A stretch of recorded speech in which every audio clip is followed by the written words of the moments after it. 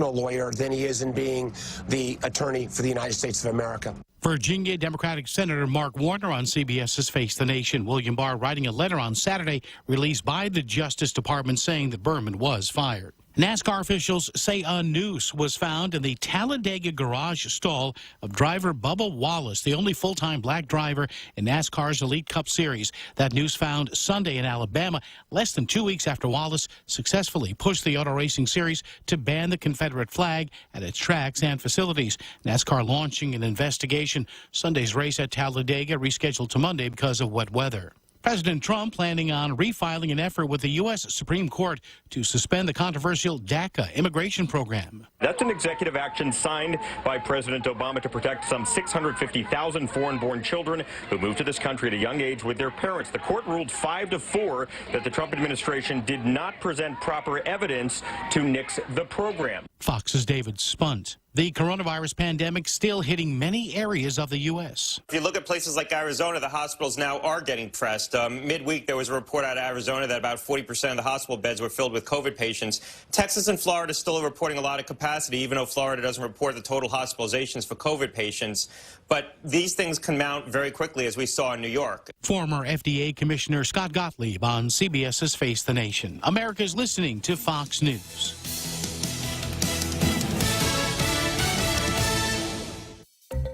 Oro makunom, matana lom suman kumin healthy and lessness. Karingin kumniki matsaye nakshikisin zinkinyan fashil klan masenge. Inwang takayani and wang napashali, matana lom suman. Akayakom is mongle ashosh kamofal esukumines pe vitamin nasum. Karingin kupsifena in niceness in tia apashali. O about to kungom na yen, tia kalmotom, infame, inwelum, e aknas na siyen kumatakyan. Inaksafye ako la. Arela emergency contact list lom, aroy nash mo aknas nas ko onlo in lom suman, nakarangin in jash mit masin lom suman. Aro makuno minako ye aknas na siyen kuam in nasnas aim safe. Nanakmanas, matana in lom suman. Message saying e masin manyatlu, Micronesian Resource Center at Choice Broadcasting. The White House insisting that President Trump was obviously kidding, quote unquote, when he said that he's ordered a slowdown in coronavirus testing. We've tested over 25 million folks. We tested more than any other country, and we're logically going to see a number of cases positive over what we see in other countries. So I think it's important to keep that in mind. Acting Homeland Security Chief Chad Wolf on NBC's Meet the Press. 8 minority corrections officers who work at the jail that's holding a former Minneapolis police officer Derek Chauvin charged with murder in the death of George Floyd say they were barred from guarding Chauvin because of their race. The Minneapolis Star-Tribune getting a copy of those discrimination charges filed with the state by those officers. Those charges are now expected to trigger an automatic state investigation. Another classic TV show got a weekend reboot. For much of the 1950s and 60s, TV watchers couldn't take their eyes off the piercing gaze of defense attorney Perry Mason. The character was seen in films before the TV series, but the TV portrayal by Raymond Burr is the most famous, even spawning 30 TV movies in the 80s and 90s. Now, HBO revisits the character, focusing a little less on criminal procedure and a little more on film noir. Matthew Rhys plays Mason and John Lithgow co-stars. The program is produced by Robert Downey Jr. and wife Susan Downey.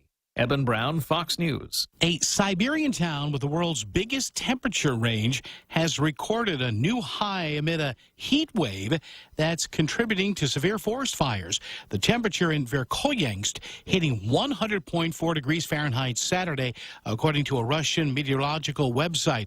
That town, located above the Arctic Circle in the Sakha Republic, is about 2,900 miles northeast of Moscow. I'm Paul Stevens, and this is Fox News. Mezcla Chamorro Fusion Bistro in Hagåtña and Tumon are now open for takeout and free delivery services in selected locations. For more information, call 479-2652 or 3 or 969-2652. Open Monday through Saturday from 11 a.m. to 2 p.m. and from 5 p.m. to 8 p.m. Mezcla Chamorro Fusion Bistro brings you island hospitality with the true taste of modern Chamorro cuisine at the comforts of your own home. They take your favorite local dishes and serve them with extra flair you will only find at Mezcla, a true taste of Guam. The Guam Visitors Bureau and Island Beautification Task Force invite you to come out and join the community on Saturday, June 27th, as we work together to beautify our island. Showtime is at 8 a.m. Let's take a moment to show our island pride, to get up and move towards building a better, safer Guam for our friends, families, and visitors. Learn how you can sign up for a beautification site or donate supplies at GuamVisitorsBureau.com and follow social media pages for updates. Special thanks to the stations of Choice Broadcasting. Rent, lease. What does Horizon do for you? Here's a clue. Advertising, marketing, screening, inspecting, instructing, leasing and signing, collecting and complying, inquiring and assessing, coordinating, repairing, renewing, enforcing, evicting, moving, cleaning, rekeying, communicating. Do it yourself and you'll find it taxing. We work hard to keep the vacancies low, so at the end of the month, you collect the dough. Proven and trusted. Horizon Properties. We do it all. 777-7792. Tall Tales with Bob Klitzkie is brought to you by Bank Pacific, banking on the Pacific for 65 years. Tall Tales with Bob Klitzkie is also brought to you by Security Title, making sure you actually own the property you think you just bought. Welcome to Tall Tales with Bob Klitzkie, the only show on talk radio where common sense is a lot more common. Phone lines are now open at 888-TALK. That's 888-8255. And now, The Point proudly brings you Tall Tales with Senator Bob Klitzkie. A well-regulated militia being necessary to the security of a free state, the right of the people to keep and bear arms shall not be infringed. A good way to start a week of Tall Tales, Real Joe Cruz. Yes, sir.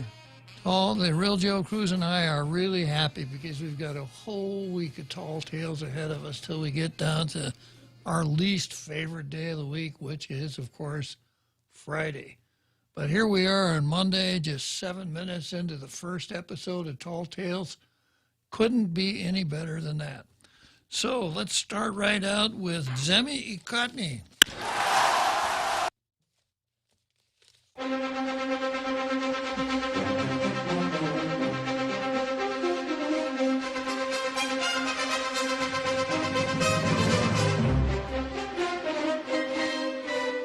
So in case you caught that little bit of seventh inning stretch music there, it's not, we didn't fast forward to the seventh inning stretch.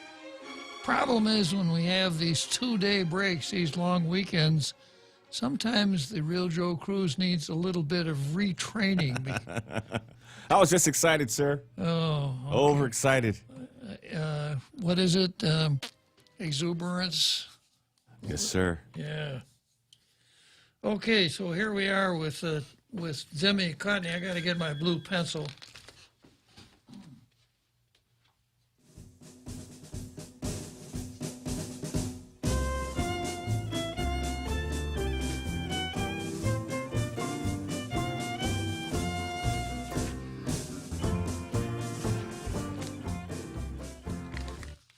And you will recall that I need my blue pencil for Zemi Ikotny because I look through the editorial offerings of each of our papers, look for errors in English grammar or usage, a factual inaccuracy, theories that don't make sense, and I also will comment sometimes from time to time on style. And having gone through that drill, when I finish, I will award the coveted blue star to one of the two editorials, provided that one of the two is better than the other, but the blue star never goes by default. Well, there are times when the coveted blue star is never awarded. Almost never do we find the coveted blue star awarded to the Daily News, because the Daily News has taken it upon itself to not write editorials about what goes on our beautiful island. They're much more comfortable running boilerplate from USA Today and Gannett News Service.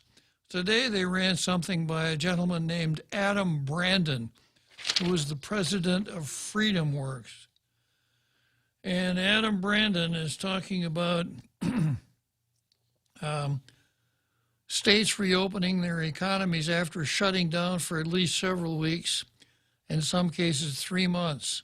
Small and large businesses alike are beginning to pick up the pieces as states lift their shelter-in-place orders and Americans are slowly going back to work. Naturally, Democrats and some new organizations are pushing a narrative about a second wave of the virus. The claim of a second wave is because increases in newly reported cases of the Wuhan virus in some states that reopen. Of course, an increase in cases is to be expected as more people began leaving their homes, particularly in light of recent protests.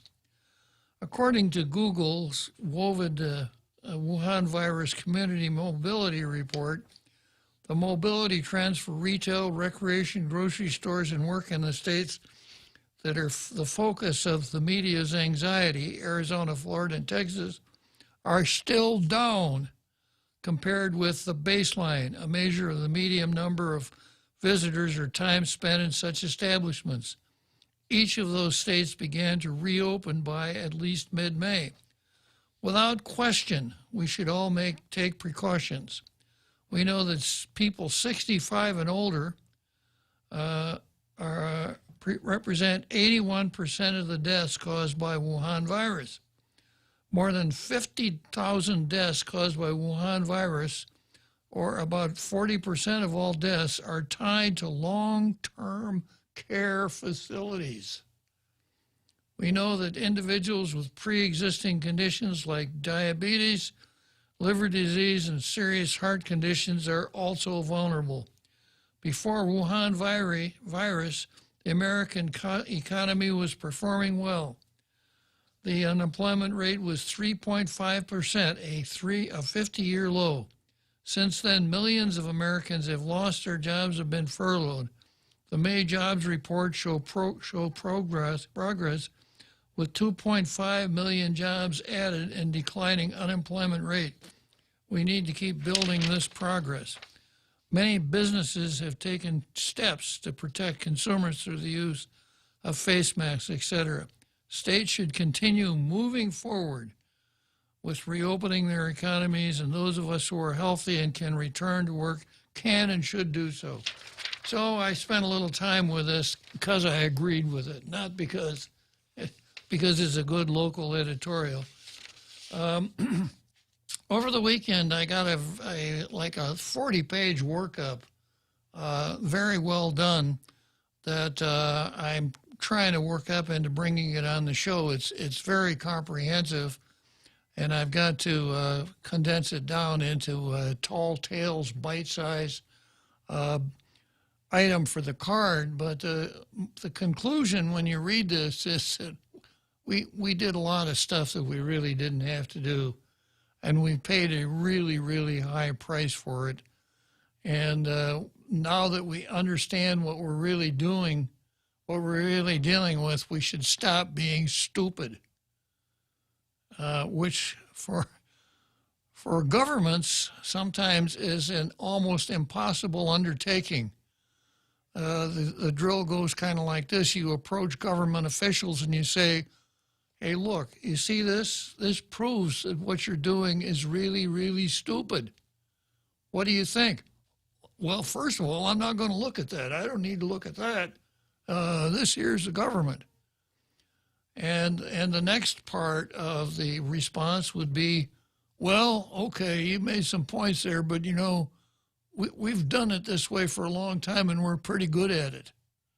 You're pretty good at being stupid? Well, yeah, we are. We aren't going to change because, you know, we're pretty comfortable with what we're doing. Anyhow, I'll see if I can get that ready for tomorrow. And we have the Post. A leaner, more efficient GovGuam will help Guamanians save costs and money and time. And what they're talking about there is automation, talking about the cluster fumble up at RevTax when RevTax was open on Saturday, how hard it was or how long it took to do things that all of which could be done online. You could do driver's license renewals, license plate renewals, all of this stuff online. You could even get much of the passport renewal stuff done online, and you should be able to pay for things online without incurring a service charge. But it's like I was just saying, yeah, I know, but we've always done it that way. Standing in line to get something done with the government of Guam goes back well over 50 years. I can tell you this, that back in 1963, we had the old administration building, which has since been torn down. You recall it, Real Joe Cruz? When I first saw it, I thought, that's an interesting building. You remember that stressed concrete roof over it? Yeah. And I thought, boy, you know, for a small island, that's pretty sophisticated. But you soon find out, or a person would soon find out that the first floor of that building was all window service. So it didn't matter what you wanted, you had to go to the right window in that building. You wanted to apply for power, water, telephone, you went to the right window. If you wanted to apply for a license, you went to the right window. It didn't matter if it was a dog license, a driver's license, or a marriage license. You still had to go to that window.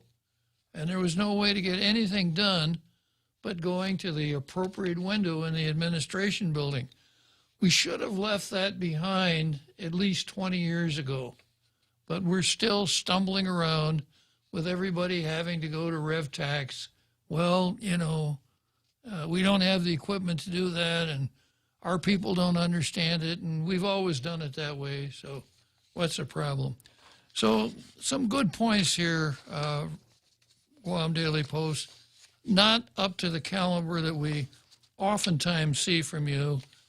I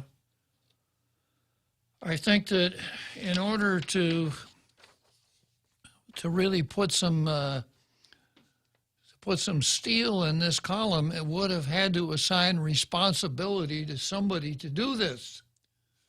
And I think that somebody who has that responsibility would be the governor, who made a lot of fancy campaign promises.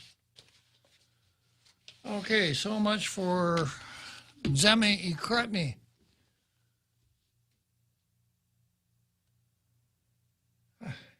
Here's something from Pasquat and Norman Uggan. Is the traffic light at the intersection by the Superior Court and Shirley's working, or should we ignore and just drive through, since it's temporarily not an intersection?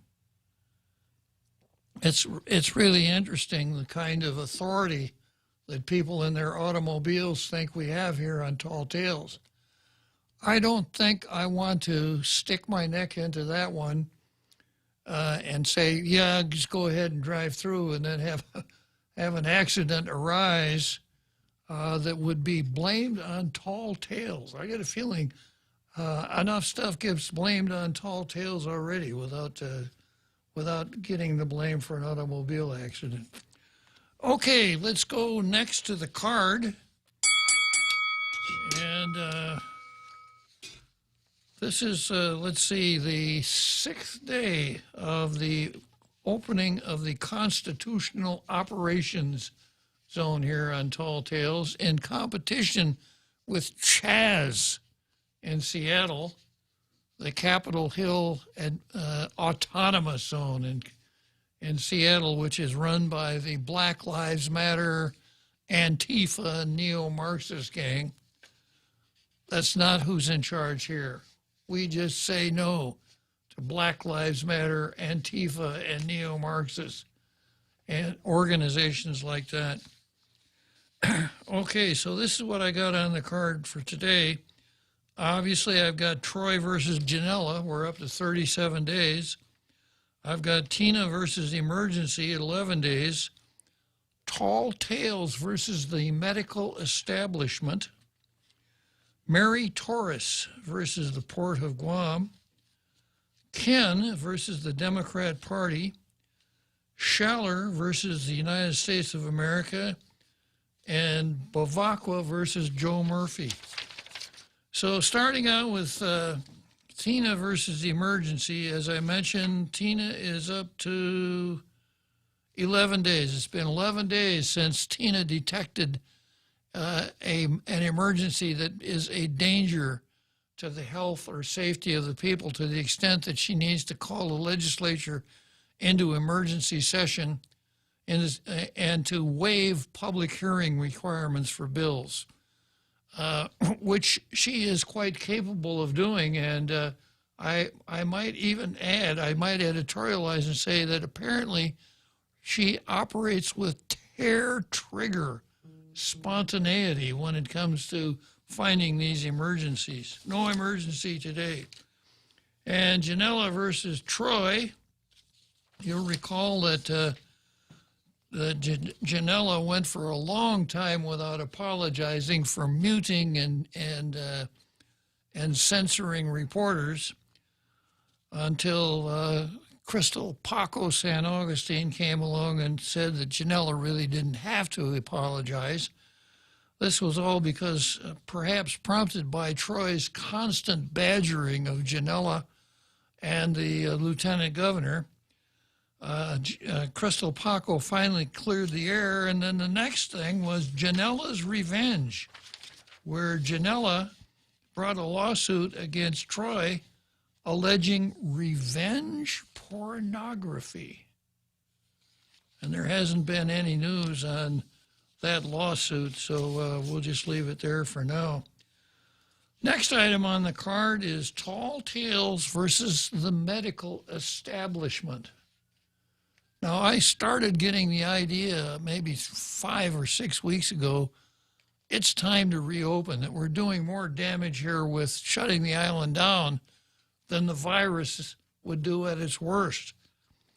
And the information that we were getting was telling us that it was time to reopen the island. I am not as definite on that as I am on some of the things I talk about here on Tall Tales, because I'm a lawyer, not a doctor. My handwriting wasn't bad enough to get into medical school.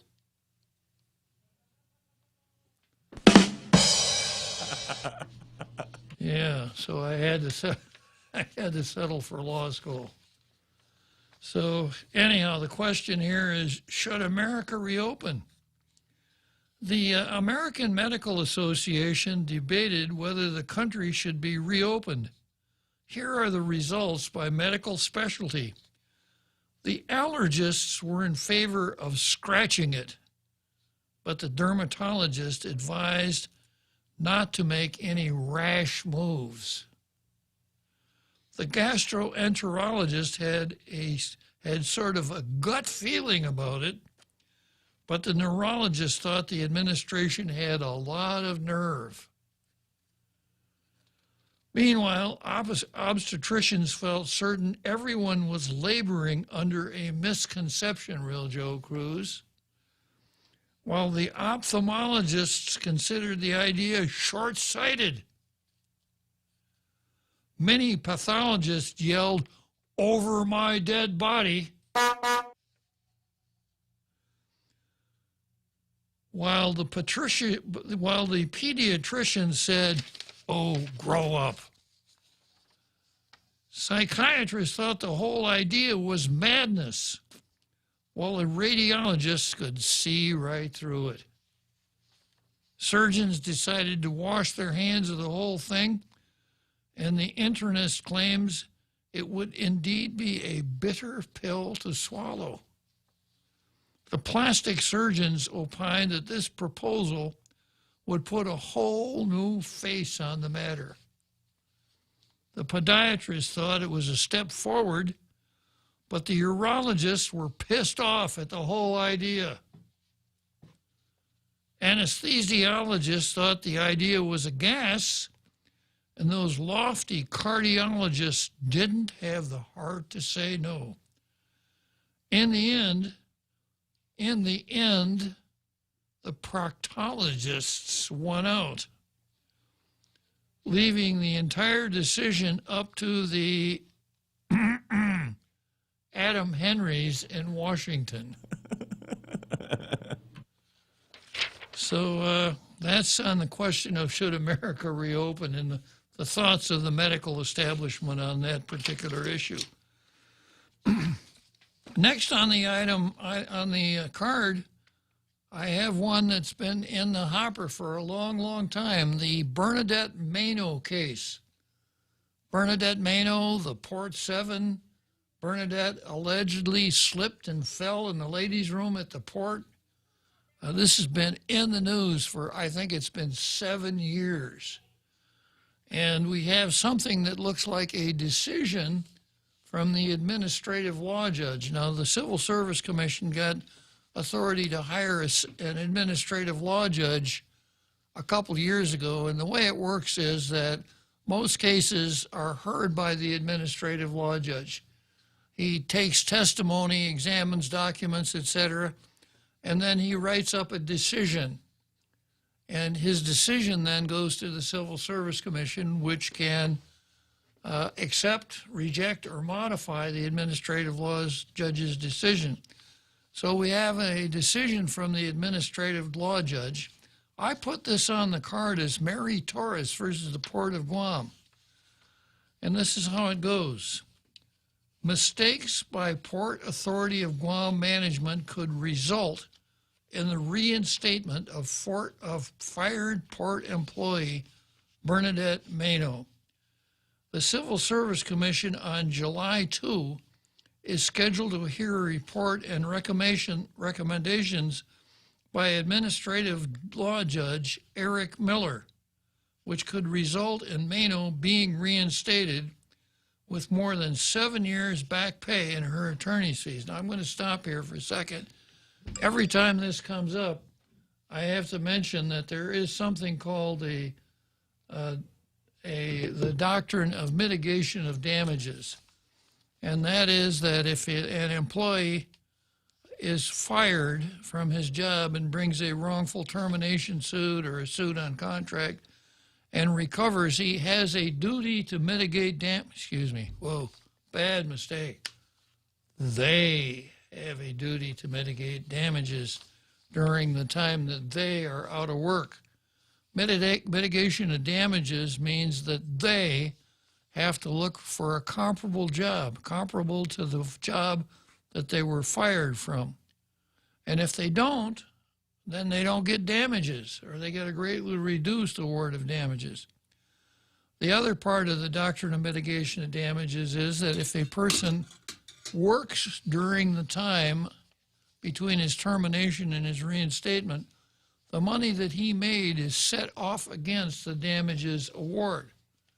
So if Bernadette Maino wins, she has to show that she tried to find a comparable job, and if she made any money during the time between her termination and her reinstatement, whatever she made is set off against the damages award. Okay, the Civil Service Commission on July 2 is scheduled to hear a report and recommendations by Administrative Law Judge Eric Miller, which could result in Maino being reinstated with more than 7 years back pay and her attorney's fees. Maino, before she was fired in 2012, had a base salary of $70,844 as the port's marketing manager, which means the port might be required to pay her more than $500,000. Maino was fired on December 2012 for allegedly attempting to receive illegal workers' compensation payments after she reportedly was injured after falling in a port restroom in September 2012. Then Port General Manager Mary Torres was removed after she refused to terminate several employees accused of being part of the alleged scheme. They were fired anyway. Signed affidavits by Port employees state there is no evidence Mano suffered a work injury and that a doctor said her back injury was related to an existing illness. A safety inspector said he found no evidence of a fall or injury. Mano refused to be assessed at Guam Memorial Hospital and said she was instructed a year later by a port supervisor to prepare a backdated report to support Mano's claim. Mano last year told lawmakers that the port's actions are a political witch hunt, which is, of course, the obligatory line whenever you have a problem with your governmental employer. Okay, let's take a short break here, and we'll come right back to Mary Torres versus the Port of Guam. The Extra Point with Jerry Roberts of Guam Training. Hi, I'm Jerry Roberts, and every day on The Ray Gibson Show, I get to comment on the incredibly diverse, fun, challenging, sometimes frustrating, often exciting, but always interesting world of work. I hope you'll be there with us. You can find daily transcripts of The Extra Point at guamtraining.com. Tune in every weekday morning at 7:20 for The Extra Point with Jerry Roberts. Brought to you by Guahan Insurance Services and First Hawaiian Bank on 93.3 The Point. As we stand up to coronavirus by standing back with social distancing, Bank Pacific reminds you that you can come to the bank without going to the bank. Use many of our other delivery platforms like online banking at bankpacific.com, accessing cash at our ATMs, shopping with our debit cards. For businesses, we have secure cash and check drop windows, and we are employing a new smarter mobile app with remote deposit capture in the next few weeks. We're all in this together, and together we will win. Bank Pacific. Brothers but branches, we place roots. Member FDIC. Tall Tales with Bob Klitzkie is brought to you by Horizon Properties. Call 646-7616 or 777-7792. You can also visit them at horizonpropertiesguam.com. We now return to Tall Tales with Bob Klitzkie, soaring over the confusion with his superpowers of truth. Call 888-TALK. That's 888-8255. Yeah, well, here I am, again, soaring over the confusion with my superpowers of truth, Real Joe Cruz, zooming in on the Port Authority of Guam, Mary Torres, and Bernadette Mano. Thank you, Real Joe Cruz. Once again, signed affidavits by port employees state there is no evidence Mano suffered a work injury and that a doctor said her back injury was related to an existing illness. A safety inspector said he found no evidence of a fall or injury. Mano refused to be assessed at Guam Memorial Hospital. Let me try that again. This is a tricky sentence. A safety inspector said he had found no evidence of a fall or injury and that Mano refused to be assessed at Guam Memorial Hospital. And the safety inspector said he was instructed a year later by a port supervisor to prepare a backdated report to support Mano's claim. Miller, an attorney who gathers evidence and prepares recommendations for the Civil Service Commission, determined that port management, including General Manager Torres, should have known there was a problem with Mano's claim, but approved her expenses anyway. His report, Miller's report, notice that's Miller now, not Mueller. Miller at least knows how to pronounce his own name, unlike Mueller. Mueller. Yeah. All right. Miller's report concludes that Torres, who now is a Republican senator in the Guam legislature, in 2012 signed off on Mano's travel and medical expenses, but knew or should have known Mano didn't have an approved workers' compensation claim. That's why this is billed Mary Torres versus the Port of Guam, because if it costs $500,000, that's where the money's going to come from. The GM and other management personnel should have known not to approve expenditures without a written document authorizing the workers' compensation claim, Miller's report states, noting Torres and other port managers had a fiduciary duty. Now, fiduciary duty means that you treat that money more carefully than you treat your own. There isn't very much room if you have a fiduciary duty for an oops. Torres and other port managers had a fiduciary duty to only authorize leave and expenses, quote, supported by the law and the documents before them. Torres on Friday said the reported accident happened months before she started working at the port.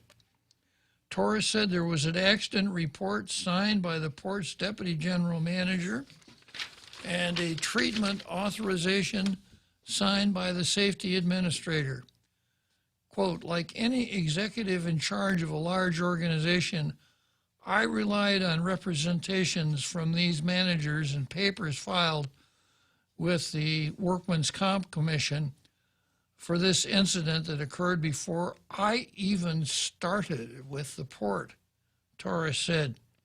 The port's safety administrator was required to validate the Workmen's Comp claim was accurate, and Ms. Mano's immediate supervisor, the deputy general manager, was notified when the slip and fall occurred.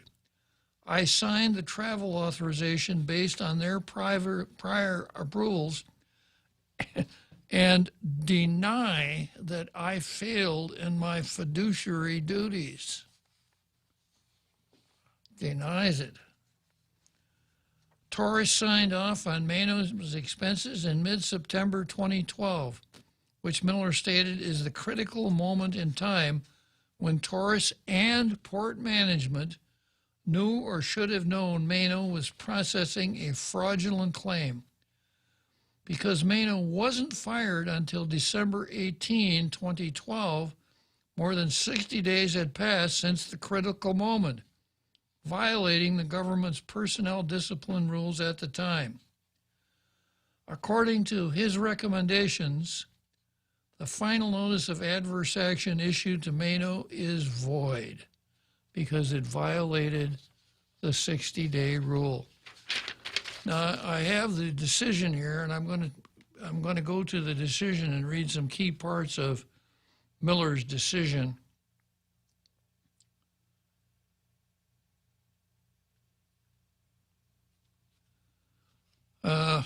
Miller says he finds management's exhibits include documents signed by several management personnel that establish the critical moment in time when management knew or should have known employee was processing a fraudulent claim. So you recall it's the Port 7, and a lot of people were fired, and the allegations were that they all conspired to put together this fraudulent claim for Mano so that she could take this rather expensive trip to Hawaii for medical care. So here's what he's saying. The undersigned finds management exhibits include documents signed by several management personnel that establish the critical moment in time when management knew or should have known employee was processing a fraudulent claim. The undisputed facts are that employee applied for and received Code 45 leave, that means work injury leave, on September 10, 2012 and September 17, 2012, and the general manager of the Port Authority of Guam, Mary Torres, and other management personnel signed their approval on those dates. That's a little bit different from what Mary Torres told the Post. She said the accident occurred before she ever came on board. On that date, the general manager and other management knew or should have known that there was no approved workman's comp claim at the time of approving Code 45 leave. The final notice was served on December 18, which is 93 and 100 days respectively after the GM approved the Code 45 leave. Port staff processed an initial funding request for 10-day stay in Hawaii, per diem, and $66,000 in medical procedures. The GM and other management personnel signed their approval of the request on October 16, when they knew or should have known there was no approved workman's comp claim. The GM and other management personnel also signed their approval of the travel authorization on October 16. The final notice was served on December 18, 63 days after the GM and other management personnel approval of funding requests and travel authorization. Part of the general manager's and management personnel's responsibility and fiduciary duty is to only authorize leave expenditures supported by the law and the documents before them. It is the fundamental responsibility of management to require proof of an approved workman's comp claim before spending government money on medical treatment and injury leave. The GM and other management personnel should have known, that's the general manager and other management personnel, should have known not to approve expenditures without a written document authorizing the workers' compensation claim. So there it goes. So this. I'm confused, sir. Really? Yeah, I'm not even really sure. Is what she did wrong? Was she found guilty? Did she get her job back? I mean, there's been so many different stories about this over a long period of time, but I've learned something from you about things like this. Uh-huh. You want to know what they knew and when they knew it. That's very important. Very, very important. And then there's a third item that's also important too, Real Joe Cruz. It's not what they did, but what they didn't do. Exactly. Uh-huh. Yeah. So you could read this, and let's start out with the other folks that signed some of these papers. Well, the theory that caused their termination was that they were all acting in a conspiracy to cover up or to provide or cover up this illegal expenditure of money, right? So therefore, they could all be terminated. And then you have the general manager who did not have that workman's comp claim staring her in the face. So she signed these papers and she said, well, I relied on these other people. But, it's kind of like Captain Crozier. When you're the captain of the ship, everything that happens on the ship that shouldn't happen is your fault. And everything that doesn't happen that should is your fault. That's why directors draw the big bucks. So if you read Miller's statement carefully, what he's saying is, there was a fraudulent claim. Management employees either knew about it or should have known about it. They fostered it. Mary Torres, as the director, either knew about it or should have known about it.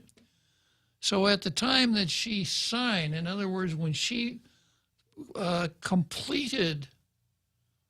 when she put the final link in place that allowed for the leave and the payment and the other things, then Miller's saying that's when she knew about it. In other words, when she became the final link in the conspiracy, from that time on, she knew, and the 60-day clock started to run. So if you stand back and look at it, and parse it a little bit, the question then becomes, if a manager does something and the manager doesn't know what they are doing, can the 60-day rule start? Or in a situation like this? Was it not that Mary Torres didn't know what she was doing, or that Mary Torres knew exactly what she was doing? Now, if it's the second one, if she knew exactly what she was doing, and she was aware of what the other 6 in the Port 7 had done, and she refused to fire anybody, then you could understand why she was fired, because she didn't do her job. So it's unfortunate. It's unfortunate the way this unfolded, because Mary Torres's testimony before the Civil Service Commission would have shed light on a lot of these things. But of course that never happened. But what it comes down to is this, that one way of reading Miller's opinion is, yeah, everybody did, no one followed the law involved. No one followed the law. None of the Port 7, Mary Torres, Bernadette Maino, none of them followed the law. But because Mary Torres at a key time, according to what the news article said, refused to take any action, they all got off. No, I don't think any of the, well, some of them are still pending, but the terminations haven't stuck, and costing the government a lot of money.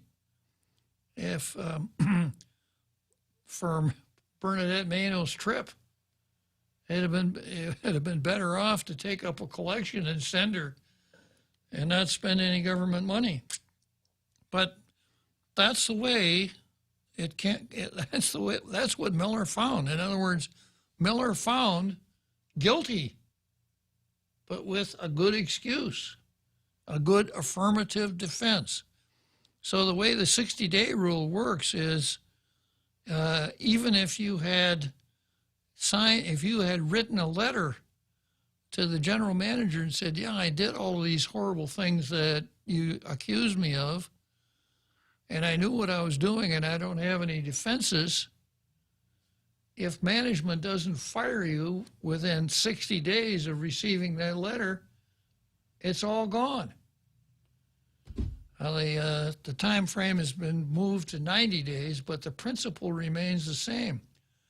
So Port was represented by counsel at that time. That was Mike Phillips. And from what you read in the paper, Mike Phillips was the person who developed the case against the Port 7, probably against Mary Torres, probably why she got fired. And according to Miller, he was right. Now, a real aggressive newspaper reporter would go out and interview Mike Phillips and not throw Mary Torres softballs like, oh, what do you think about that, Mary Torres? And Mary Torres, of course, said, Mary Torres denied.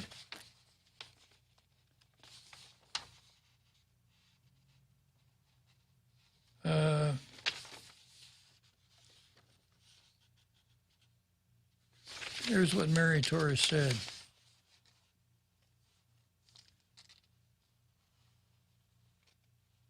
Torres on Friday said the reported accident happened months before she started working at the port.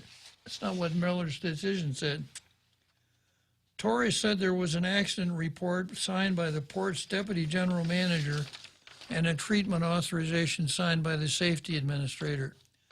Like any executive in charge of a large organization, I relied on representations from these managers and papers filed with the Workmen's Comp Commission for this incident that occurred before I even started with the port. The Port Safety Administrator was required to validate the Workmen's Comp Commission claim was accurate, and Ms. Maino's immediate supervisor, the Deputy General Manager, was notified when the slip and fall occurred. I signed the travel authorization based on their prior approvals and deny that I failed in my fiduciary duties. So she's not saying it didn't happen. What she's saying is, well, okay, so it happened. It wasn't my fault. That's what she's saying. Something of a difference.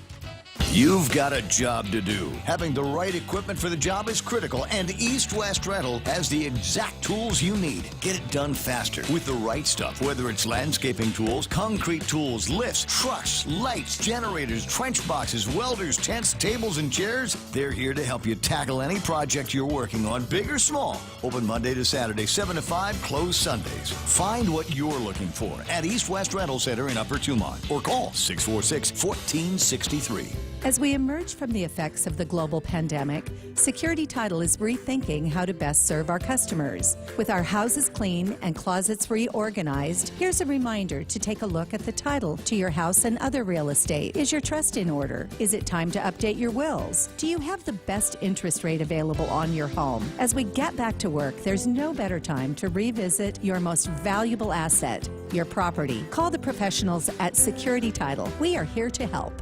Tall Tales with Bob Klitzkie is brought to you by Mezcla Chamorro Fusion Bistro. They are open in Agagna for dine-in, takeout, and delivery services from Monday through Saturday, 11 a.m. to 2 p.m. and 5 p.m. to 9 p.m.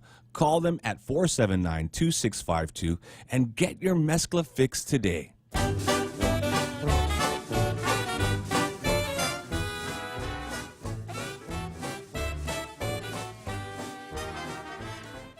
Okay, so back to Tall Tales here. We got about 9 minutes before the big halftime show that we all know and love so much. Next item on the card is Ken versus the Democrat Party. Ken being, of course, the other Governor, Leon Guerrero. And this is a story that ran in the Post. Democrats called out for political activities on government facility. A potential senatorial candidate has called out the Democrat Party's use of the breezeway at the Ricardo J. Berdallo Governor's Complex at Adelup for its activities over 2 recent Saturdays. On June 20, an event announcer announced the presence of Democrat senatorial candidates while music blared as the Democrats held a gathering at the breezeway with canopies set up. That prompted a visit by potential senatorial candidate Ken Leon Guerrero, who recorded his questions. He talked to former Police Chief Fred Berdallo at the event.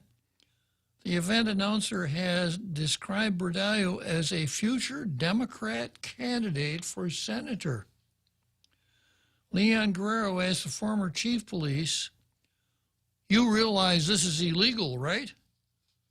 Fred Berdallo responded, No, I don't realize it's illegal." And then he added that his uncle Ricky, referring to the late Governor Ricky Berdallo, after whom the governor's complex is named, had the structure built for people to hold gatherings. Now, I guess unless you were Ricky's nephew, you wouldn't know that. If you weren't Ricky's nephew, you'd drive by and think it's just a government building. So I guess if you wanted to hold a political rally, the first thing you ought to do is ask Ricky's nephew where it would be permissible to hold. This is what we call a government of laws, not a government of men. So you can see what kind of laws we'll get from Senator Fred Berdallo. When Uncle Ricky had this, we could barbecue. You could bring all your stuff down here, Berdallo said. On June 6th, the Democrat Party of Guam also used the breezeway as a venue for the election of its delegates to the Democrat Party National Convention. Ken Leon Guerrero is a frequent critic of Governor Lou Leon Guerrero's administration. Boy, talk about understatement, huh? Then made a comment. if they can't follow the laws or the candidate handbook, how can we depend on them to follow the law if elected? An emailed request for comment from the Democrat Party of Guam was not answered as of press time. There's an article in the Post.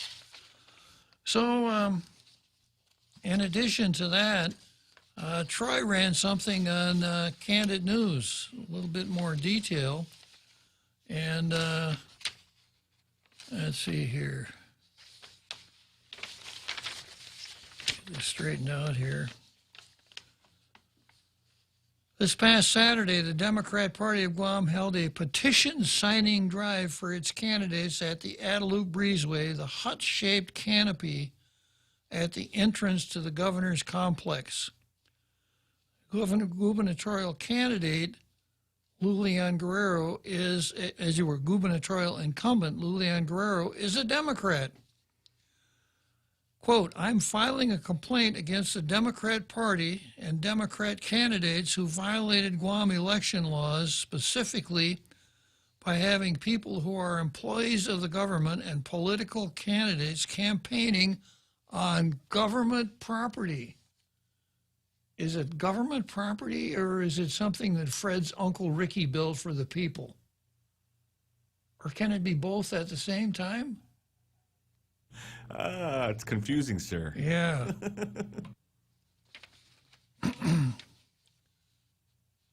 Let's see here. Using an unfair advantage of the power of Democrat incumbency to show special favors and discriminate against other political candidates running for public office in the 2020 primary election, as they use their, quote, exclusive privilege to be on the grounds of the capital of the island's government to solicit voters for signatures on their political campaign petitions. Leanne Guerrero wrote to Guam Election Executive Director Maria Pangilinan in the complaint he filed with her office this weekend. He is asking Ms. Pangilinan to have the GEC file a criminal complaint with the Attorney General for violations of the Many Hatch Act. A section of that law does state that government property may be used for political activities by political parties, partisan political organizations, or candidates if a rental agreement is in place. Section 5104 of Chapter 5, Title 4, Guam Code Annotated states, nothing in this chapter shall preclude the use under a rental agreement of government of Guam facilities by a political party, partisan organization, or candidate. Goes on to say, Candid News is awaiting a response from the Democrat Party of Guam chairwoman, Sarah Thomas Netidok, on this matter, and has sent a request under the Freedom of Information Act to the Department of Parks and Recreation for copies of any rental agreements and receipts of payment that may exist for the use of Adelup this weekend. I would have thought that they would have written to Fred Berdalio and asked him if he had any wisdom to share from his Uncle Ricky, which would have seemed to be more appropriate. Okay, so that's Ken's complaint. Now, let me parse it a little bit. First of all, if there is a violation of what we call our Many Hatch Act, which is 4 GCA Chapter 5, it's not to be enforced. This part of it is not enforceable by the Election Commission. Okay, let's take a break for the big halftime show that we've all been waiting for. I'll be back in 6 or 7 minutes.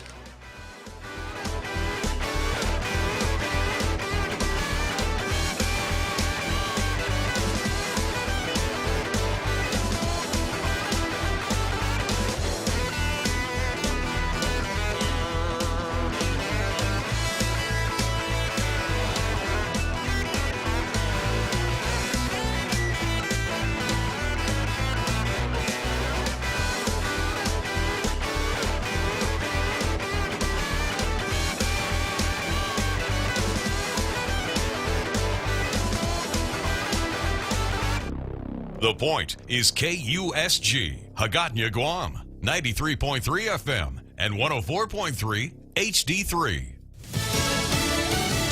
A shocking discovery. I'm Paul Stevens, Fox News. NASCAR officials say a noose was found in the Talladega garage stall of driver Bubba Wallace. He's the only full-time black driver in NASCAR's Elite Cup Series. That news found Sunday in Alabama, coming less than 2 weeks after Wallace successfully pushed NASCAR to ban the Confederate flag at its tracks and facilities.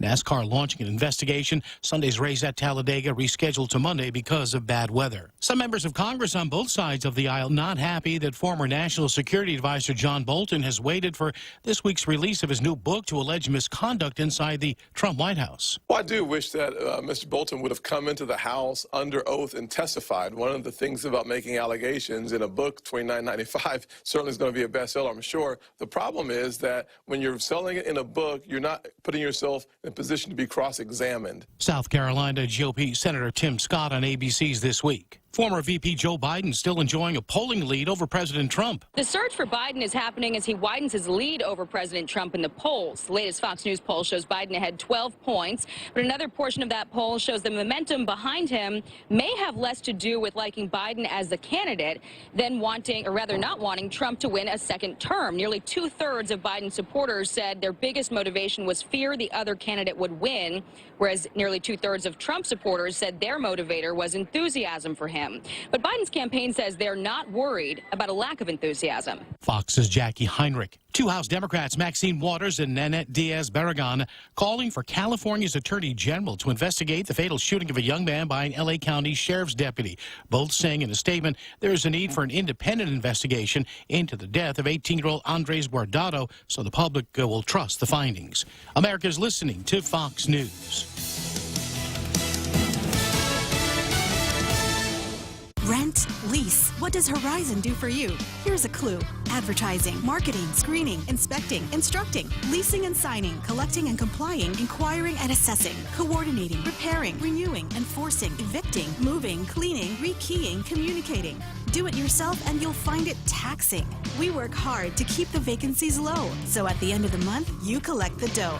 Proven and trusted. Horizon Properties. We do it all. 777-7792. Bistro in Hagåtña and Tumon are now open for takeout and free delivery services in selected locations. For more information, call 479-2652 or 3 or 969-2652. Open Monday through Saturday from 11 a.m. to 2 p.m. and from 5 p.m. to 8 p.m. Mezcla Chamorro Fusion Bistro brings you island hospitality with the true taste of modern Chamorro cuisine at the comforts of your own home. They take your favorite local dishes and serve them with extra flair you will only find at Mezcla, a true taste of Guam. Many wondering, is there hypocrisy on the part of public health officials when it comes to the potential for spreading COVID-19 in large gatherings? Many health experts labeled the president's Tulsa rally a potential super spreader event. Conservatives have called it unfair that the same hasn't been said about large protest gatherings following George Floyd's death. Dr. Tom Inglesby of the Center for Health Security at Johns Hopkins spoke about the protests on Fox News Sunday. I do worry that they are an opportunity for spread. I think it's a little bit, or even more than a little bit different than having a large indoor gathering. We know that outdoor risks are less than indoor risks. Inglesby says recent testing showed no significant spread among protesters, but it's still too early to make a conclusive determination about that. Gernal Scott, Fox News. South Korea urging North Korea to scrap a plan to launch propaganda leaflets across the border amid high tensions between the two nations. North Korea saying it's ready to float millions of leaflets in the biggest such psychological campaign against its southern rival. Some observers saying weather conditions may prevent balloon launches from the north and it may use drones instead. That could carry a high risk of crashes. The issue of systemic racism in the U.S. now a major topic on all levels of government. Attorney General William Barr weighing in. I do think there's racism in the country. Now, systemic in terms of the law enforcement and the police agencies, I don't think there is systemic law enforcement in those agencies. I think there may be individuals, and there are individuals, who may have bias, and sometimes that may emerge and be manifested in some act, but I don't think it's systemic. The Attorney General on Fox's Sunday Morning Futures with Maria Bartiromo. And numerous stars are set to join a global broadcast concert next Saturday, calling on world leaders to to make coronavirus tests and treatment available for all. I'm Paul Stevens, and this is Fox News. You've got a job to do. Having the right equipment for the job is critical, and East West Rental has the exact tools you need. Get it done faster with the right stuff, whether it's landscaping tools, concrete tools, lifts, trucks, lights, generators, trench boxes, welders, tents, tables, and chairs. They're here to help you tackle any project you're working on, big or small. Open Monday to Saturday, 7 to 5, closed Sundays. Find what you're looking for at East West Rental Center in Upper Tumont or call 646-1463. As we emerge from the effects of the global pandemic, Security Title is rethinking how to best serve our customers. With our houses clean and closets reorganized, here's a reminder to take a look at the title to your house and other real estate. Is your trust in order? Is it time to update your wills? Do you have the best interest rate available on your home? As we get back to work, there's no better time to revisit your most valuable asset, your property. Call the professionals at Security Title. We are here to help. The Guam Visitors Bureau and Island Beautification Task Force invite you to come out and join the community on Saturday, June 27, as we work together to beautify our island. Showtime is at 8 a.m. Let's take a moment to show our island pride, to get up and move towards building a better, safer Guam for our friends, families, and visitors. Learn how you can sign up for a beautification site or donate supplies at GuamVisitorsBureau.com and follow social media pages for updates. Special thanks to the stations of Choice Broadcasting. Tall Tales with Bob Klitzkie is brought to you by Bank Pacific, banking on the Pacific for 65 years.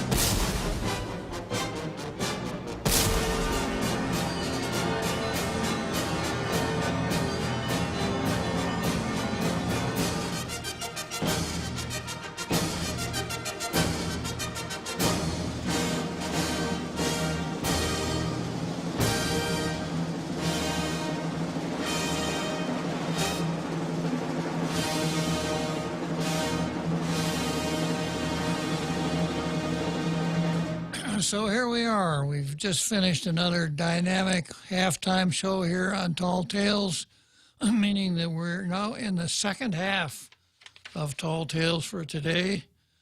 And let's see, I'm going to go back into the other Governor, Leon Guerrero, and the political rally at Adelou, but I've got Annalyn on the line. So I don't want to keep Annalyn waiting. Good afternoon, Annalyn. Hello. Hello. Hello. Yes. Hi. Hi.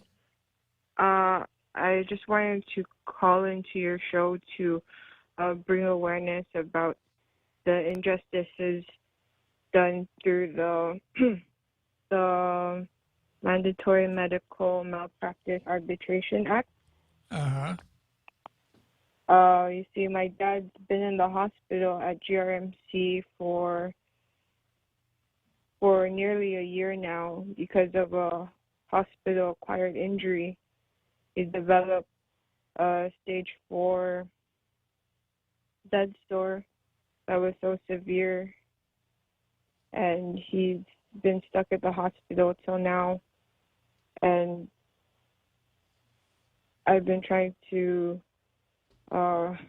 get help to get him transferred to the States for further treatment. The hospital offered to pay for his flight and my flight to the States only if I signed an agreement that I would not hold the hospital liable for my dad's injury that happened there. And because I refused to sign the agreement because it would do my dad an injustice for the months he suffered at GRMC. The following day, they banned me from the hospital due to false complaints accusations that the hospital was responsible for my dad's injury. And because they're a private hospital, they're able to do that, and so I cannot even see my dad, and I'm his only family and his guardian.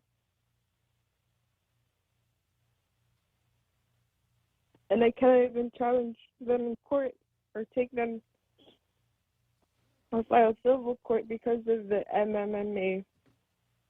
And I just can't imagine how many other people have to suffer because an unjust law like the MMA was created 30 years ago just to protect hospitals and doctors, local hospitals and doctors. It was designed to attract more doctors to come to Guam, but also give them that protection, which I've been to the informational hearings last year in September and October, held by Senator Therese Terlahi, and the reasons for wanting to keep the law was because they didn't want to pay a higher insurance cost for protection. And, you know, with that sacrifices the patient's rights and hides the malpractice and negligence that goes on in Guam hospitals, not only towards my dad, but to many other patients and locals living on Guam. I feel like people need to come together to fight that law, because it takes away our rights.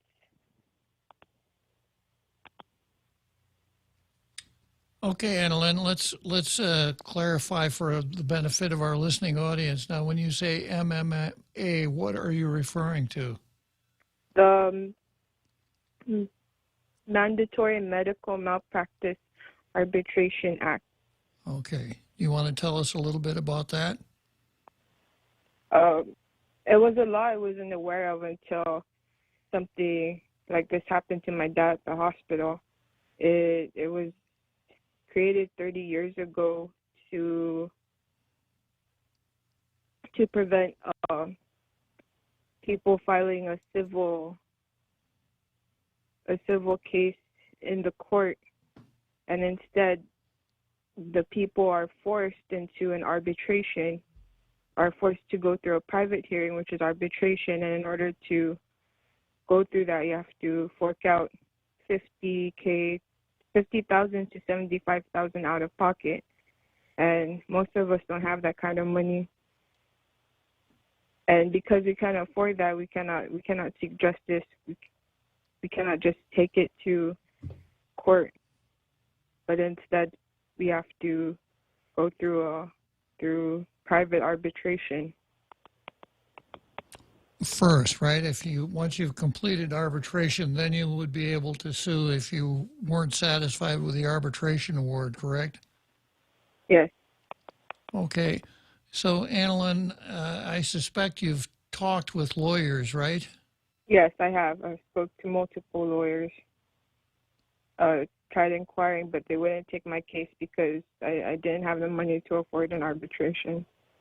Well, perhaps part of it might be what you identify as your case. Now, you want to relocate your father to a mainland hospital, correct? Yes. And you want to, and you said GRMC would pay for that? Yeah, GRMC would pay for the flight only to fly him out there, but the rest of the care, like the complications, rehabilitative. Also, he needed to fly there for those things to get further treatment, and because our family is there. I'm assuming you have insurance to cover the medical bills in the States? Yes, my dad has Medicare. Okay. So you said that the hospital wanted you to sign a waiver of what? An agreement that I would not, that GRMC is not responsible for my dad's injury developing at their hospital. Was that what they want? Was that what they wanted you to sign, or did they want you to sign that you acknowledge that he was released against medical advice to go to the States? That was another option, actually, because I didn't want to sign the agreement. So they changed their mind and said that you could. They said that the following day when I went to the hospital to just see my dad, I was informed to go to management office, where they told me I was banned from the hospital and I cannot see my dad. And I was inquiring why I didn't do anything. They said that my false accusations and complaints that the hospital is responsible for my dad's injury is considered harassment already.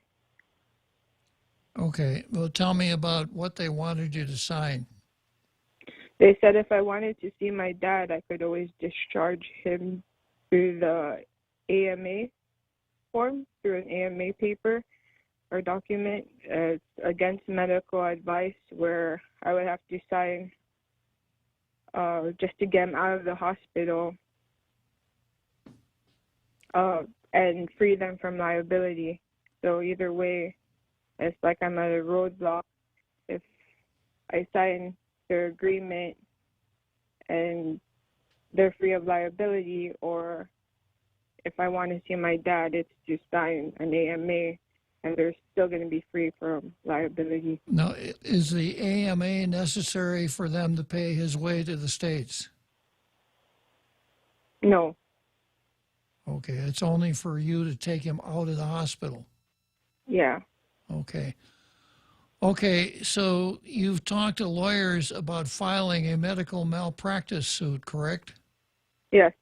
But from what you're telling me, you have other problems. One problem is you want to see your dad. Yeah. A second problem is that you want to take the GMRMC up on their offer to fly him to the mainland without waiving any of your rights. Now, both of those things don't involve the MMMA. So that's something that a lawyer could help you with, Annalyn. Okay. So you might talk to a lawyer about, the hospitals preventing you from seeing your dad. And then the second thing would be the hospital paying your dad's way to the mainland. And I'll give you some hints about how to find a lawyer, okay? Okay. If you were to call the Guam Legal Services Corporation, they do civil work for indigents and people with disabilities, et cetera. They might be able to help you with this. And then the other alternative is if you go to the Guam Bar Association website, they maintain a list of a panel of lawyers who will do different kinds of work. And if you call, there's a gentleman there named Edgar who's very helpful and might give you some telephone numbers to call lawyers about those two questions. But if you call and tell the lawyer, I want to sue GRMC for medical malpractice, you might be getting the kind of advice that isn't going to help you with your immediate problems. Does that sound right, Annalyn? Yes. Okay. Well, I think that's about as much as I can do for you here on Tall Tales, except I wish you the best of luck. Okay, thank you. Thank you, Annalyn. Good luck. Oh, that's an interesting call. It's a little harder than the the traffic signal not working down at the courthouse intersection. True, sir. Very true. Yeah, on another Joe. Yeah, okay. Can you call Annalyn back? I got another Joe, right? Okay, yeah, that's going to be a difficult one, too. All right. Hello, another Joe. Well, Kubal, so I'm feeling bad for that lady. I'm guessing it would have been a lot easier for her if she had taken her father to GMH. Then they wouldn't have banned her from the hospital. Is that fair to say? I don't know that it is, whether it is or not. I don't know what authorities hospitals have to ban people from the hospital, but I expect it's almost plenary, that they can decide who they want in and who they don't want in, and it's probably a pretty tough nut to crack if you're the one that's being banned. Of course, if it's Guam Memorial, then you have different kinds of pressure that you can bring on Guam Memorial that you can't bring on a private hospital. So it suggests that there's a little bit of a difference in the attitude of management at a private hospital than there is in the public. Well, I don't have any ability to make any comparison. Do you? No, other than whatever money that the legislature gives to either of them. I don't know if that's a factor at all. But question is, why would you does the legislature give any money to the GMRC? Not directly, but they did receive a qualifying certificate, so they have a tax break because of that. They don't pay full GRT, property tax, or income tax on their profits. What surprises me is she said she went to one of the senators and they told her that it was specifically because it was a private hospital. Is that what she said? No, she never said that. She said she talked to Senator Therese Terlahi about the medical malpractice, Mandatory Medical Malpractice Arbitration Act. And Senator Terlahi provided a reason that she didn't want to repeal the MMMA. That was the only mention of a senator in that conversation. Oh, okay. The reason why they maintain the law. Yeah. Well, I wonder if this isn't going to become an election issue, or if it's it's hospital related, but it's not GMH or pandemic related.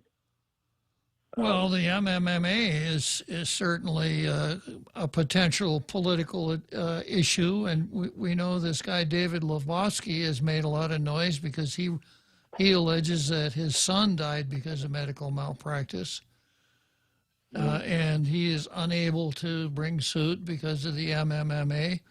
So the criticism of the mandatory arbitration is that the little guy doesn't have a chance because you won't be able to find a malpractice lawyer, to take action against a doctor or against a hospital unless you come up front with the $50,000 or $60,000 that the arbitration costs.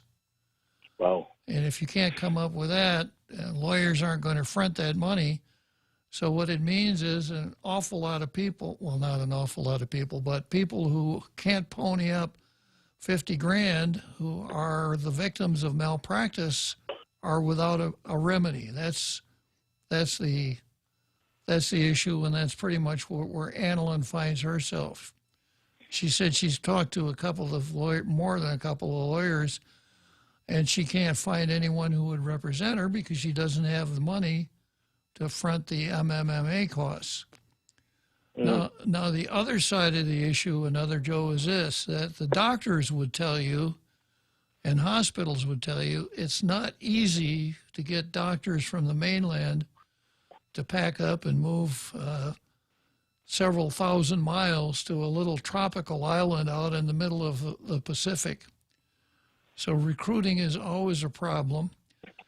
And one of the recruiting advantages they have is they say that because of this mandatory arbitration, malpractice suits are few and far between.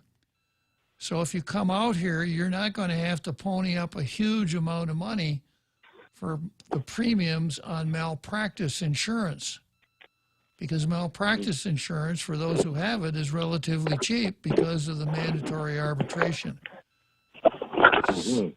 So on the one hand, you have people saying there's no way we can hold bad doctors accountable.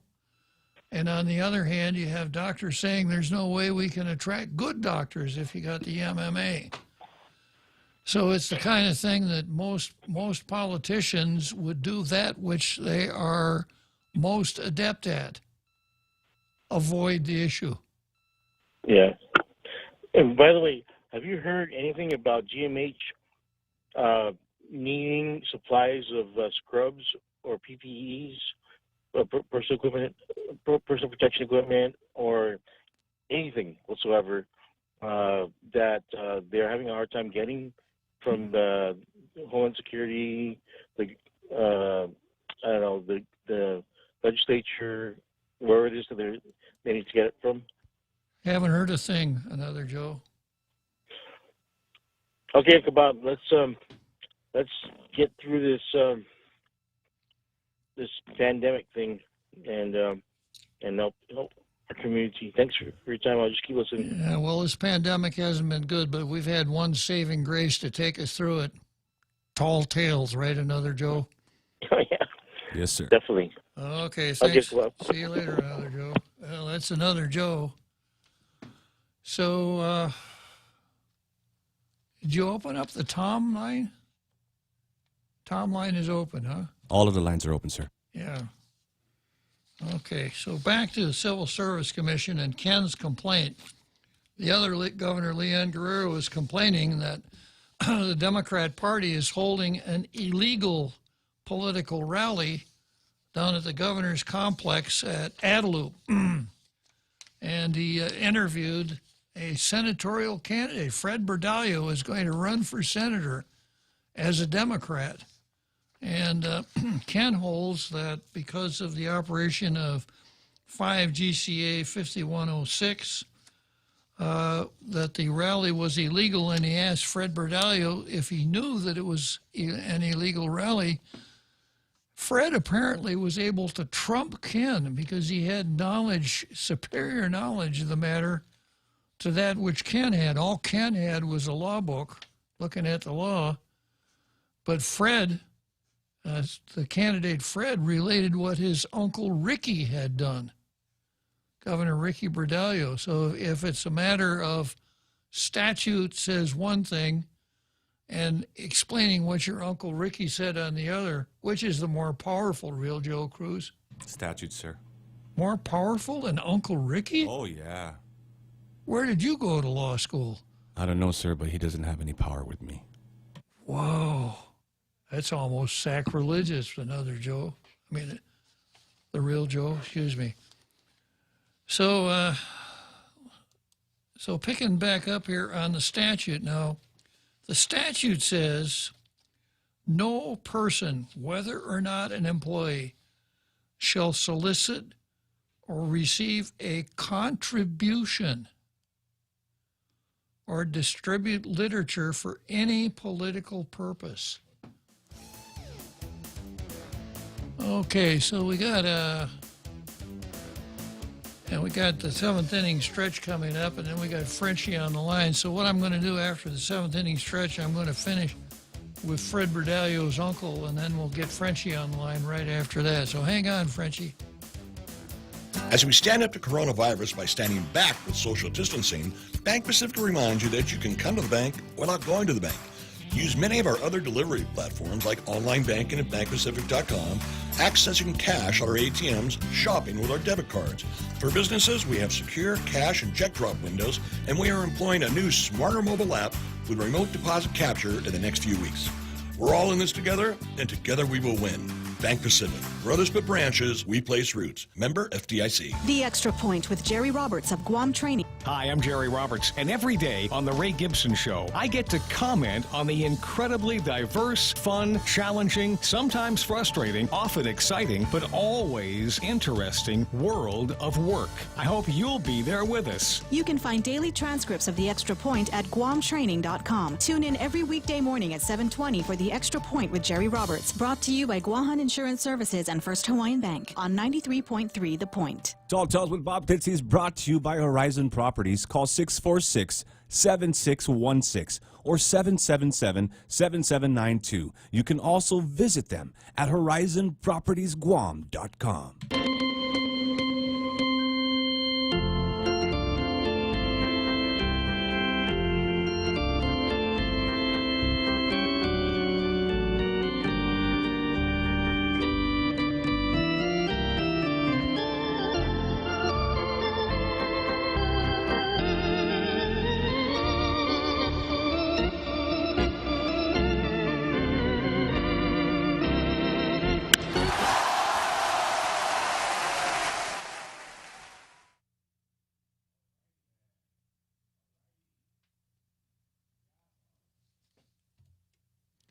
Okay, so here we are back from Wrigley Field at Chicago, back to the heroic, historic studios of The Point here in Upper Tumum.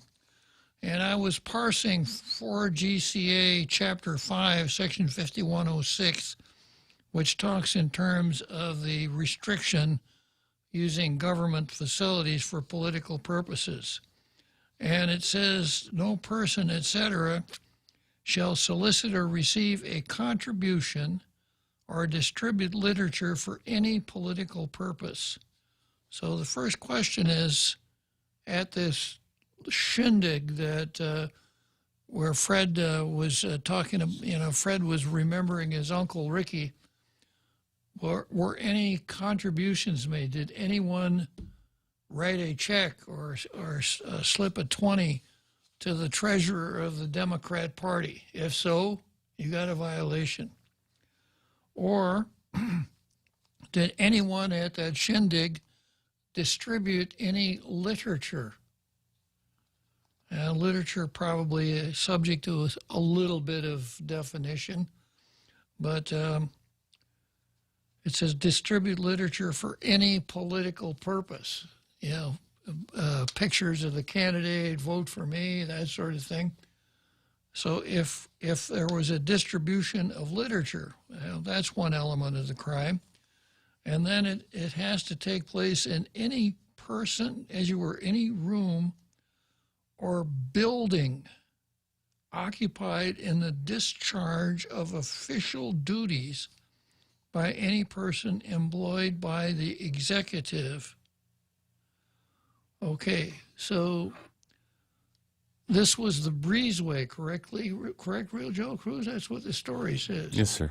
Okay, so is the breezeway is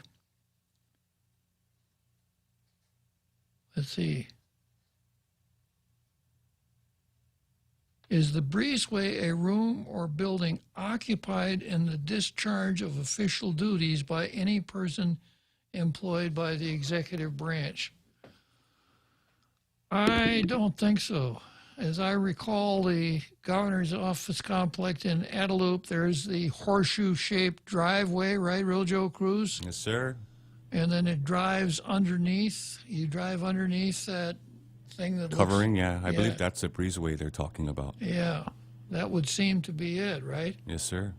And since they kept Tony Babauta on the staff, no one uses it for official purposes, right? True, sir. Had he still been on the staff, that's probably where his office would have been located. Sir. Or maybe they were reserving it for what was the lady's name at Parks and Rec, the former territorial. Mrs. Uggan, Linda Uggan. Yeah. Maybe Linda Uggan could be assigned an office out there. But failing that, it doesn't look like you've got the elements of the statute. You got to have a contribution, a distribution of political literature, in a room or building occupied in the discharge of the official duties by any person employed by the executive branch. So the Democrat Party may be able to skate on that. Does that make it okay? I don't think so. I haven't. I'm going to look at our ethics code. It may violate a portion of the ethics code.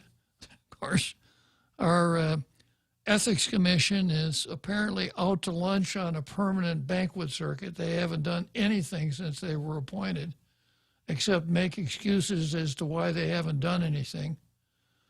But it doesn't appear that 5 GCA 5106 reaches the conduct that the other governor, Leon Guerrero, is complaining of. Doesn't make it acceptable, doesn't make it right, doesn't make it palatable to those who are not die-hard Democrats. Government buildings, even the porch, you shouldn't use it just because you can. Okay, so I got Frenchie, and then we'll go from Frenchie to Shepard. Good afternoon, Frenchie. Good afternoon, Bob. How are you? I'm doing great. I've got a whole week ahead of me of tall tales, Frenchie. Yeah, I see you survived the weekend fairly well. Yeah. And while we were surviving the weekend, the Dems on the island continued their old games. So the more it changes, the more it stays the same, like they say in French. So yeah, they're back to their old tricks. You know, it's if it's good for me, it's not good for you, and I'll do whatever I want, and you know, like they've done during the pandemic. You know, sure. Giving contracts without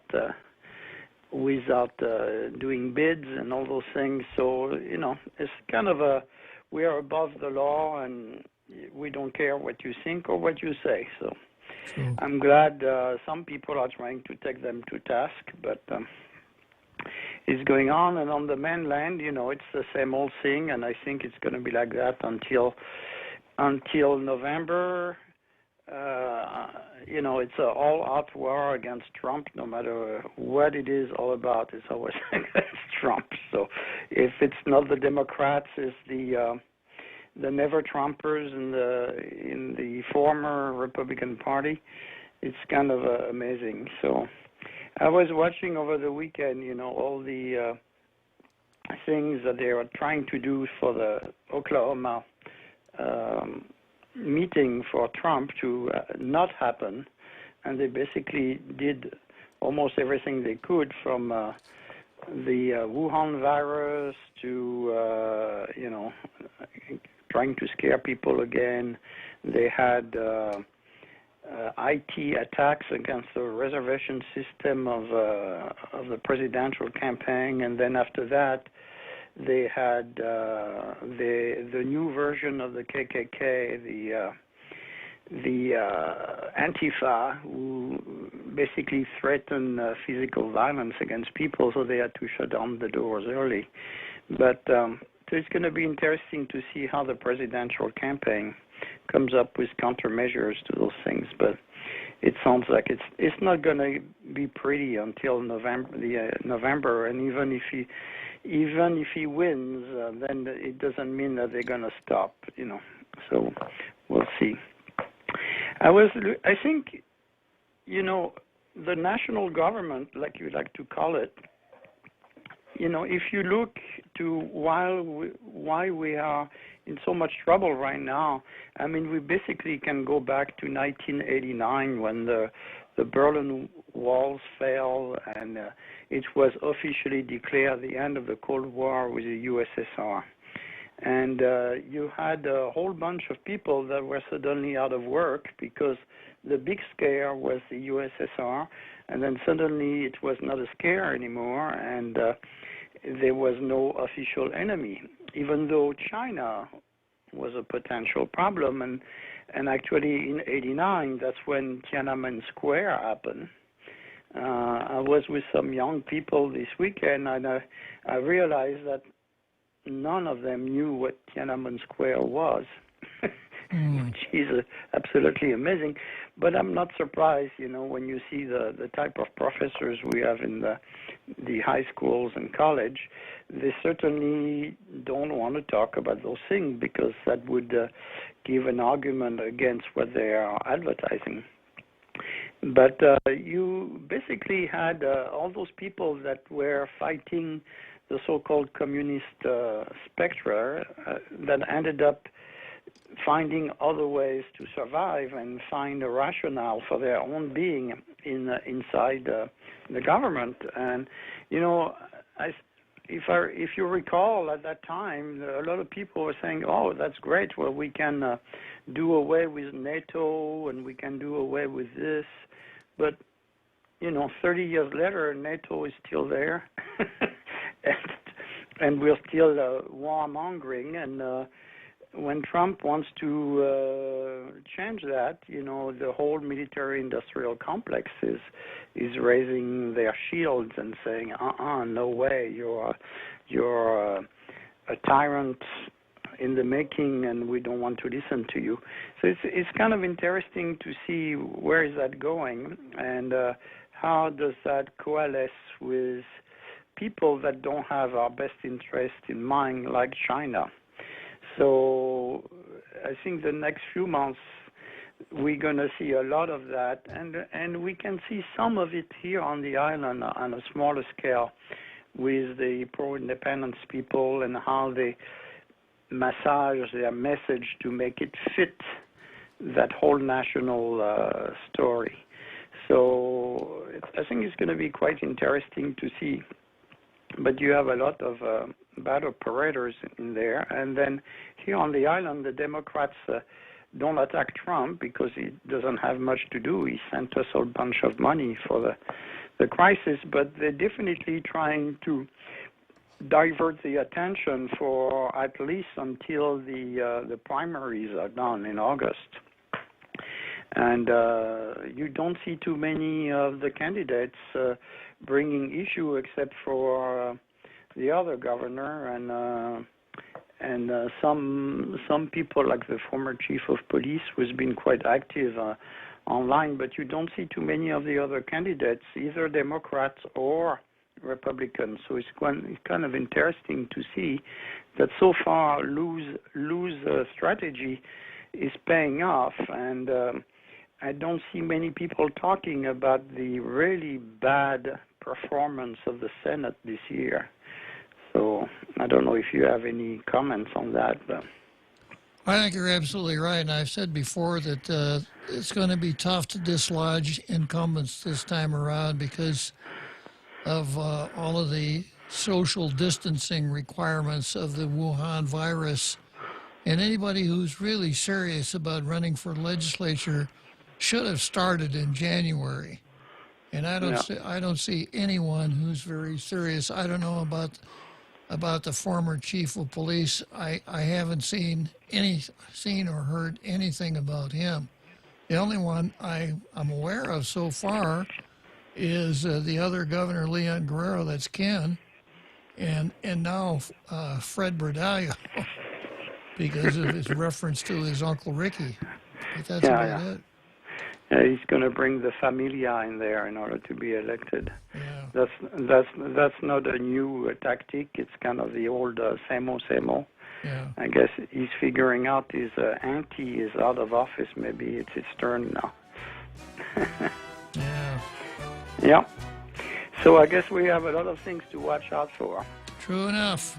We'll keep an eye on it, Frenchie. Thanks for calling. Yeah. Okay, I've got going to be heading down the home stretch, and I'm going to have Shepard and Jim take me down the home stretch. Shepard first, and then Jim is in the green room. He'll follow Shepard. Everyone has a busy schedule these days, and sometimes we forget to schedule our routine dental checkup and cleaning. Don't neglect your dental health. Schedule one today with Dr. Robert Yang and his Smile Team, conveniently located at the East West Business Center on Marine Drive, Upper Tumon. Call us today at 647-8702 or 3, Again, that's 647-8702 or 647-8703. We make smiles happen.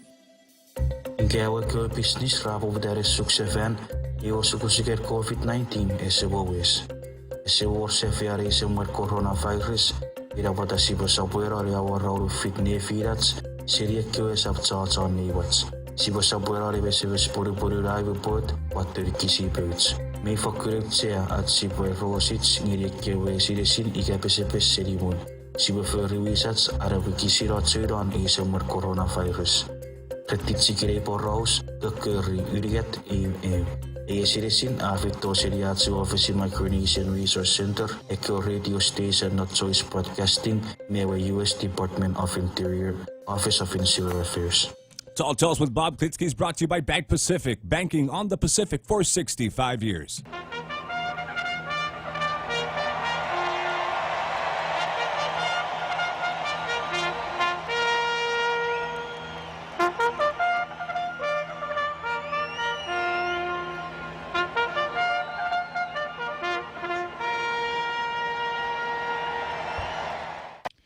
So here we are, Kentucky Derby, Louisville, Kentucky, Churchill Downs, the home stretch of Tall Tales, which means I've got about 14 more minutes to wrap it up.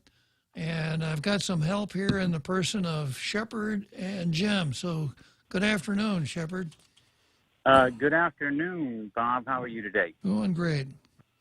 I'm having a good day too. But I had a thought concerning all these statues being taken down that are in the news here as of late, and I think sometimes real news gets suppressed because of its political nature. It doesn't serve somebody's agenda. So I'll give you a piece of news that you're not going to see in the headlines, and that's today in Little Rock, Arkansas.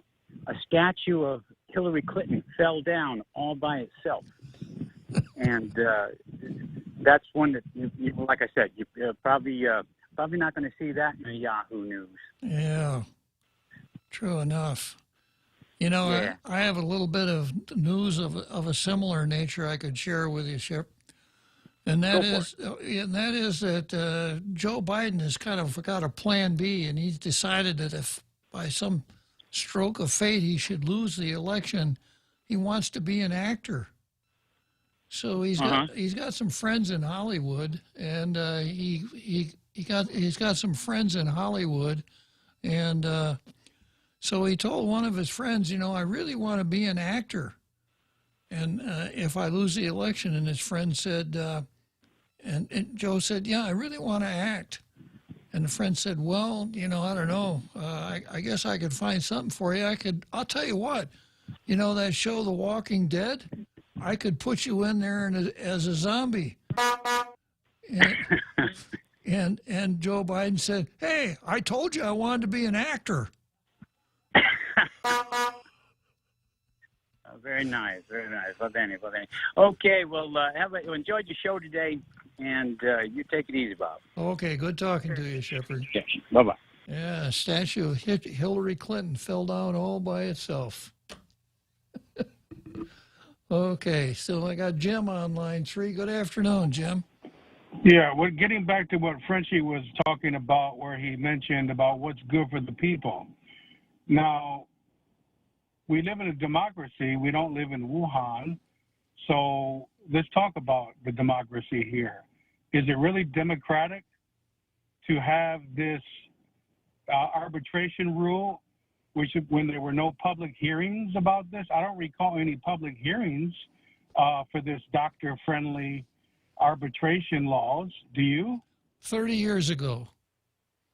30 years ago. Yeah, it's been on the books for 30 years. So all of the I's were dotted and the T's were crossed when it happened. Okay, well, do you know any other territories or states that also have this? Because I don't, and I've done research on this. I don't know. I haven't taken the time to look.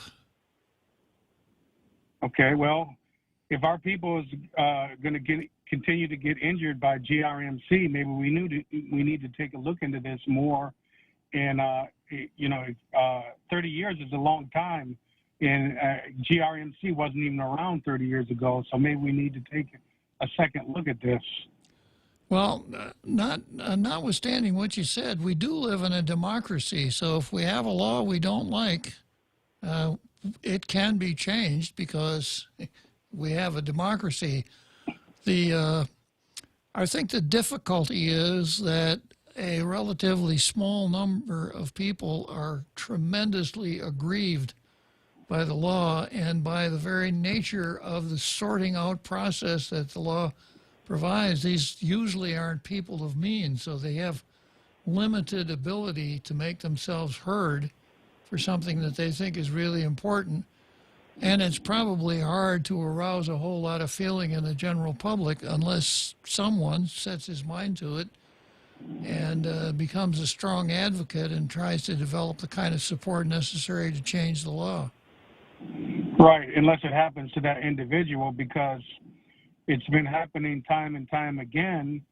But the thing is, things aren't changing. It's when you get to the point where attorneys do not even want to go there or even deal with somebody that was affected by it, so. I lost you. Call dropped. Yeah, call back, Jim. I'll picking up.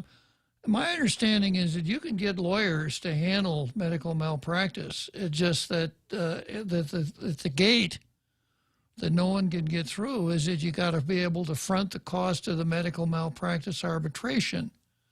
And if you aren't able to do that, then a lawyer is not going to take your case because that's a cost that has to be borne by someone.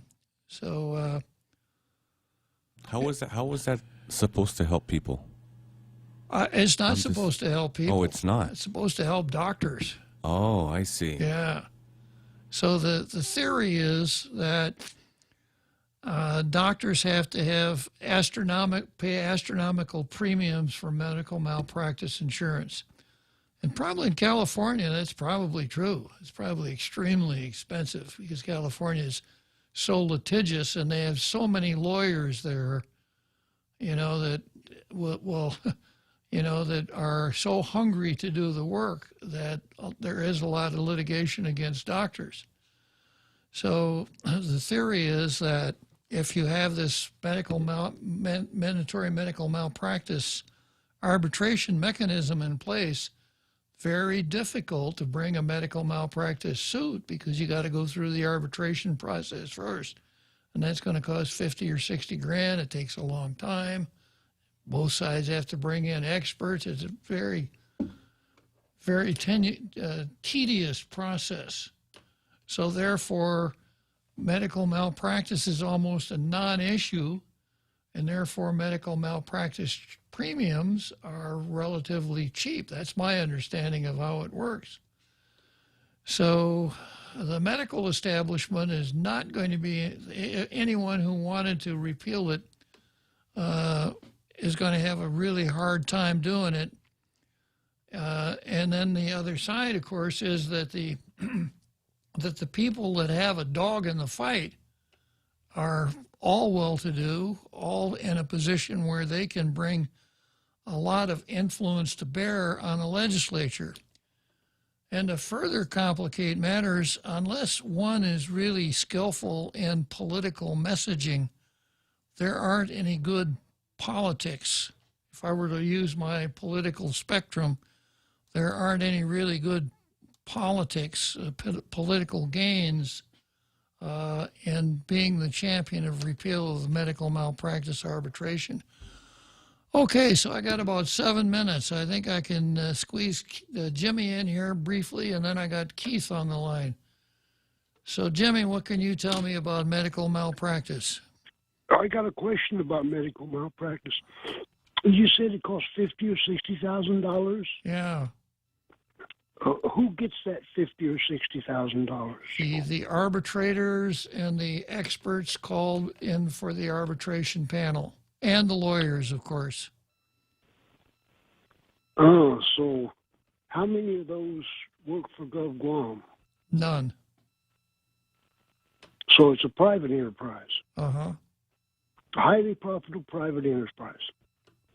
Not so profitable because there aren't that many arbitrations. So that, you know, if you're cynical and you look at it, you say the design of the machine is that such that no one will ever turn it on, and that's exactly what we want. Of course, no one's cynical around here. No, certainly not me. Got no cynics. Nope. So anyway, they got $50,000 or $60,000.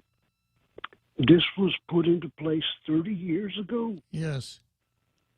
Oh, they were far-sighted back in those days. Anyway, I'll leave you alone. Okay, thank you, Jimmy. Okay, and then I got Keith. Good afternoon, Keith. Good afternoon, Bob. I heard you mentioned a few minutes ago about the cost of medical malpractice insurance. I have several friends on the East Coast of the United States, and they are medical professionals. They are doctors, family practice, nothing tremendously high, such as anesthesiologists. But, you know, they've spoken to me over the years about their costs of just doing business. And they, on average, are about $250,000 worth of student loans. And their malpractice insurance, so this is the last time we spoke of the subject, which was easily 10, 15 years ago, was at the time, depending on where they were, $75,000 to $100,000 a year. And that was 10, 15 years ago. So there you go. So you can. So just wanted to drop some figures on you. Yeah, and you said this is family practice, so this isn't one of the more risky undertakings that doctors. You're not talking surgeons or OBGYN or one of the more risky types of practice, right, Keith? That's correct. And as a matter of fact, they continued to talk about that when the subject came up. And they were saying that the highest are anesthesiologists. And at the time, I don't know how accurate it was. Remember, this is what they told me. Anesthesiologist for surgery was $225,000 a year in malpractice insurance. Okay, so I guess then you could see why the medical profession favors the Mandatory Medical Malpractice Arbitration Act, right? You can't blame them. Now, if we really want to talk about the cost of medical care and such, let's start going after the ambulance chasers. Well, we don't have any ambulance chasers here. That's the problem.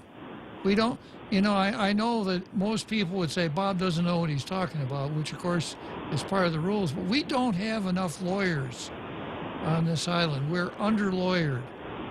And if you want to find out, go out and try to hire a lawyer for most kind of work that people would want. It's very difficult to find a lawyer to take on most cases. And if we had more ambulance chasers, then there'd be more willingness to tackle this whole medical malpractice arbitration. That's funny. That's I guess in direct conflict or contrast rather to what I had been used to living in the Northeast, where the swinging the dead cat analogy applies with regards to lawyers. Tell us about that, Keith or Jim. Page after page after page of malpractice and trial lawyers. And you have an accident such as a car accident, or one in particular I remember, there was a gas leak at a mall. And a couple people did suffer from some respiratory distress. And it even made the newspaper that the fire trucks were having a hard time actually, or the rescue service, having actually a hard time getting to the site because of all the Mercedes-Benzes in the way from the trial lawyers. Yeah. Well, you added a lot to the show today, Jim. Thanks a lot for calling. Keith, I'm sorry. Yeah. That's all right. All right. Like,